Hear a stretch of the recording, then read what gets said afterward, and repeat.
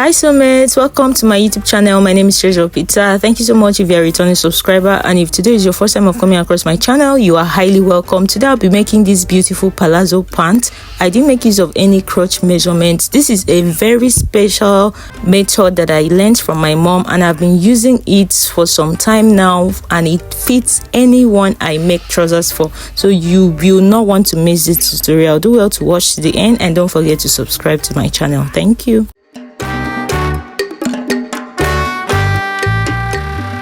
So guys, to make this palazzo pants, I made use of 2 yards of this crepe fabric. It's not really a stretchy one, so I'm going to be folding the front part first.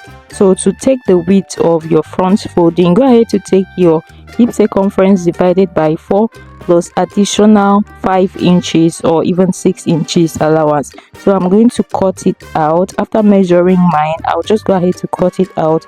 So we'll start with cutting out the front part of the trouser. You know, since it's a trouser, you cannot cut the front and back together. You have to cut the front part before cutting the back. So I've gone ahead to place it into 2 unfold, and I went ahead to draw out my starting line.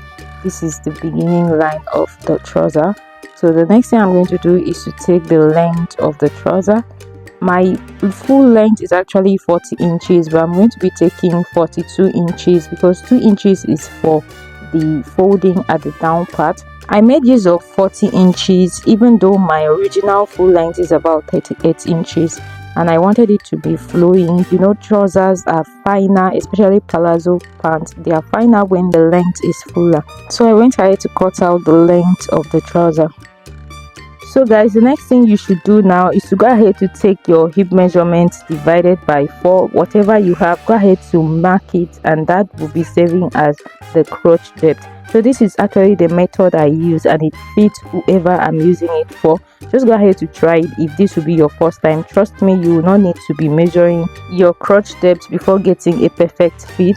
So I went ahead to draw the line across, and then from that line I'm going to be coming down by 2 inches to serve as where I'm going to be taking my round lap measurement. So I went ahead to draw it across also. The next thing you go ahead to do is to take your knee length. So if you can measure yourself from your waist to your knee, whatever you have, go ahead to mark it. I marked mine at 21 inches and I drew the line across also. So guys, you note that I didn't start my measurements with taking out my allowance for waistband. The reason is because I want it to be an high waist. That's why I'm starting my measurement from 1. So when the waistband is attached, it will make the waist to be high waist. I hope you guys got that. So at the side, I'm going to be adding 1 inch as my seam allowance. My side seam allowance is 1 inch. So I'll just go ahead to mark 1 inch from the waistline down to the length of the trouser. So guys, it's time to take our circumference measurement. The first measurement I'm taking is the hip measurement. So I'm taking my hip measurement on the crotch depth. So I went ahead to take my hip measurement divided by 4, and then I'm going to be adding my crotch extension to that hip measurement divided by 4, and I'm making use of 2.5 inches. If you are on a bigger side, please make use of 3 inches. I suggest if your hip is from 45 and above, make use of 3 inches as your front crotch extension. But if it's from 40 below or 43, 44 below, 2.5 inches is still very okay. This is just my own opinion and based on what I have been using for my clients. So I'm going to be taking the same measurements for my hip measurements on the waistline. Note I started my measurements from the side seam allowance, then I connected it straight to the waistline. Right now guys, we are going to be curving the crotch extension into this part like this. So if you are a professional, you can just use your free hand and do that, but if you are not, go ahead to measure 1 inch in this angle and 2 inch upwards like this, and then connect the 3 lines together. Hope you guys understand this part. So I'll just go ahead to curve it in. This is just the easiest way as a beginner to get your crotch curve at the crotch extension. So from there on the waistline, I'll go ahead to take my waist measurements divided by 4. Note I'm not going to be taking that for the front part especially, so I went ahead to mark what I have. and then I'm going to be extending my 1 inch allowance. Remember the 1 inch allowance we added at the side, so I'm going to just curve it to meet up with around where my hip measurement is. So just see the way I am connecting it and go ahead to do the same thing. This is just very easy. If you like, you can go up from your crotch depth with about 3 to 4 inches before doing that. And then as you can see, I added the 1 inch allowance to show you guys that that is my side seam allowance. And then on the lap measurement line, the lap line, I went ahead to take my lap measurement divided by 2. I decided to make it a bit free, so I added extra 1 inch allowance. I added extra 1 inch, sorry, to it, so it's going to be a bit free. I didn't want it to be tight around my laps, so I went ahead to mark it there. And then I'm just going to take it down to the full length of the trouser. This is because I do not want it to be tight in any way. I just want it to be very free. I did not even measure the round part at the leg area, so I just want it to be free. I just marked it straight down. So that's all for the drafting of the front pattern. I hope it was very easy to understand. If you have a question, go ahead to drop it on the comment section. I'll do well to reply. So I went ahead to just cut it out.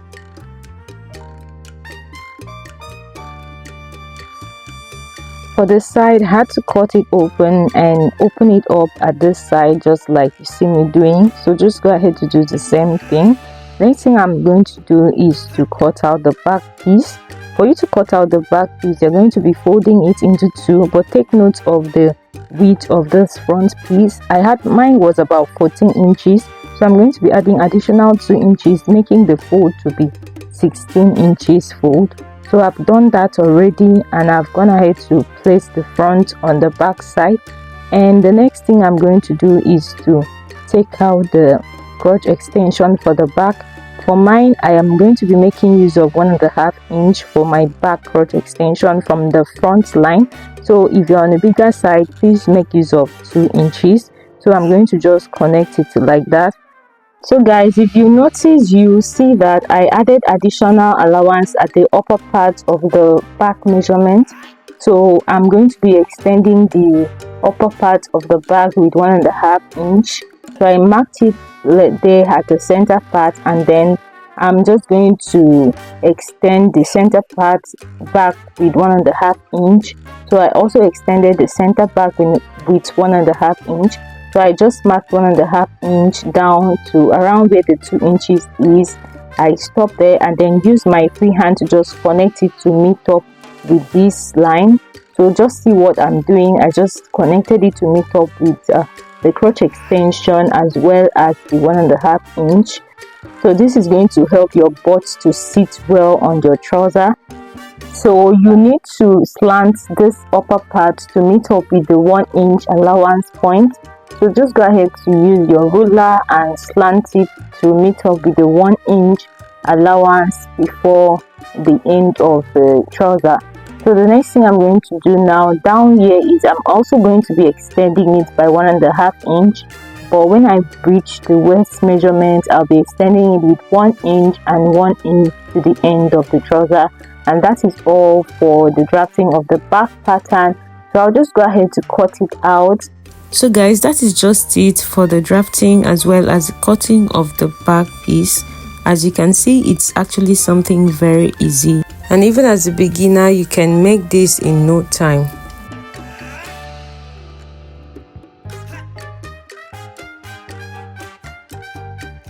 So for this front part at the center side of the waist, I am coming down by 1/2 inch and then I'm connecting it back to the seam allowance of the side. So this is just to make your front to lap very well. So after that, I just went ahead to cut it out. So right now I'm going to be taking the pocket side of the front. So take note of your allowance for the side seam. From that allowance, I came in with 2 inches for my pocket opening, and I made use of 7 inches for the pocket depth. I think 7 inches is just perfect. Then I connected it like this and then connected it back as you can see. So I'll just go ahead to cut it out, and then we'll go ahead to cut out the pocket itself. You'll be needing this part, so do not discard it. So guys, I've gone ahead to cut out these pieces for the pockets. I made use of a length of about 11 inches and the width is about 8.5 inches. Altogether, I have 4 parts of this pocket, but I'm going to be tracing out the part where our allowance for sewing starts from. I had to go ahead to notch it out, and then I took out 2 pieces. Then I'll go ahead to place the pocket area on it to just cut it out. So go ahead to make sure that you arrange it very well before doing that. That's why I had to just place this again in order to make sure that it is well arranged. So I just went ahead to cut it out. So here is it. This is how the pocket ought to be. I've gone ahead to cut the second part. So guys, don't forget to place this notch here. It's very important. The next thing we're going to do now is to sew this trouser. So the first thing I'll do now is to join this crotch part with 1/2 inch. I'm going to just join it and stop it before the end. Leave 1/2 inch before the end. Do not reach the end. I'll also be joining the back piece also. So go ahead to do the same thing for the back piece. Here is it. I'm going to be joining it with 1/2 inch and then also stop 1/2 inch before the end. Do not reach the end. So guys, here is it after joining it. This is the front piece. I've gone ahead to join it and I left 1/2 inch before the end. Right now I'll be fixing the pocket. In order to do that, go ahead to just place these pockets. Just take note of the right side, because you'll be placing it the right side, facing the right side in order to join it. Do the same thing to this other side. So just go ahead to join it at the edge. It doesn't have to be up to 1/2 inch. Join both sides. If you like, you can use your hemming gum. It will help you to have a very neat finishing. So I'll be using the hemming gum to join mine, and I'm going to join it at the very edge. I'll do that and show you guys what I have. So guys, here's the pocket after joining it, as you can see.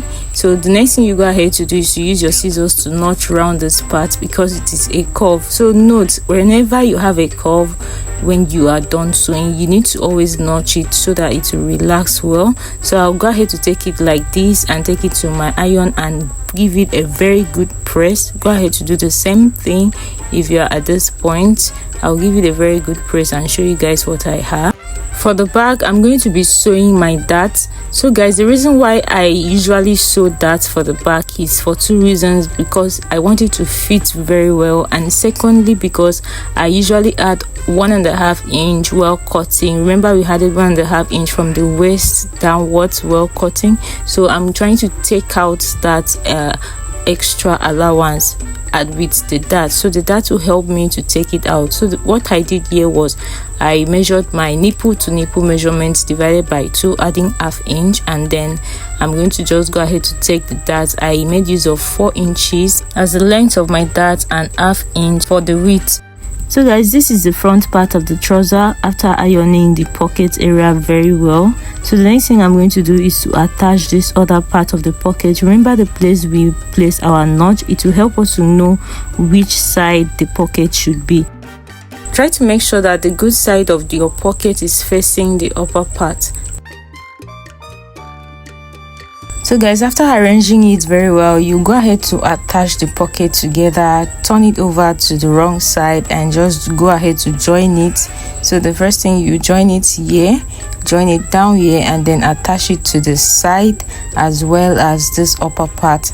That is just it. I'll do that for both sides of the pocket. So guys, I hope that was easy to grab. I'm going to be doing this off the camera and then show you guys the end result. So guys, if you've watched up to this point, please take a moment to subscribe to my channel. This will really mean a whole lot to me, and it really encouraged me to post more sewing content, especially trendy styles. Please kindly like, comment and subscribe. Thank you so much and God bless you. Guys, this is the back after sewing the darts. As you can see, it's looking very neat. and this is the front part after attaching the pocket, as you can see. So you go ahead to weave your pocket area very well. So the next thing I'll do now is to close the sides. I went ahead to place the back side on the front side. Remember, our allowance was just 1 inch, and so I'm going to be placing it based on the allowance. You can go ahead to also measure to confirm your measurement. As you can see, the back actually aligns with the front, so I'll just go ahead to sew it in at the side with my sewing allowance. And then at this under crotch part, remember we left ½ inch well joining, so you're going to attach that ½ inch, the front side to the back side with ½ inch. Join it from the up part to the end of the trouser. I'll also go ahead to join the other side, and then I will close the sides of the trouser. So before closing the sides, don't forget to take out your zip allowance. I made use of 8 inches for my zip allowance, and I usually like putting my zip at the right side of the trouser. So guys, I'll go ahead to close them off the camera and show you guys what I have. So guys, here is it after closing the trouser. If you check under the crotch area, there's going to be an hole there. Don't forget to close it. This is how I will keep it to close it. So guys, it's time to fix the waistband. I've gone ahead to iron out the waistband already, as you can see. So this was what I did. The full length of my waistband was about 5 inches. I interfaced it with airstay and folded it ½ inch on both ends. Then I folded it into 2 and ironed it very well. So at this point, I'll go ahead to attach it on the waist circumference part. So I will be pinning it down. Make sure you enter it with at least ½ inch so that it will be well positioned. And after that, I'll just go ahead to sew it off the camera just to attach the waistband to the waist. After attaching it, I'll just go ahead to sew it around, and that's all. So guys, here's the end result after attaching the waistband. The next thing I'm going to do is to fix the zip, and I also go ahead to use this hemming gum to hem the down part of the leg. And that will be all for this trouser. So guys, this is the final look after fixing the zip and hemming the down part. As you can see, it's looking so beautiful and so neat. Thank you so much for watching till the end. Here's the trouser when I tried it on. As you can see, it fits perfectly. The crotch is not long and it's not tight. It's just my perfect fit. If you have any question, drop it on the comment section and I will do well to reply. Please don't forget to like and also subscribe to my channel. Thank you so much and see you guys in my next tutorial. Bye.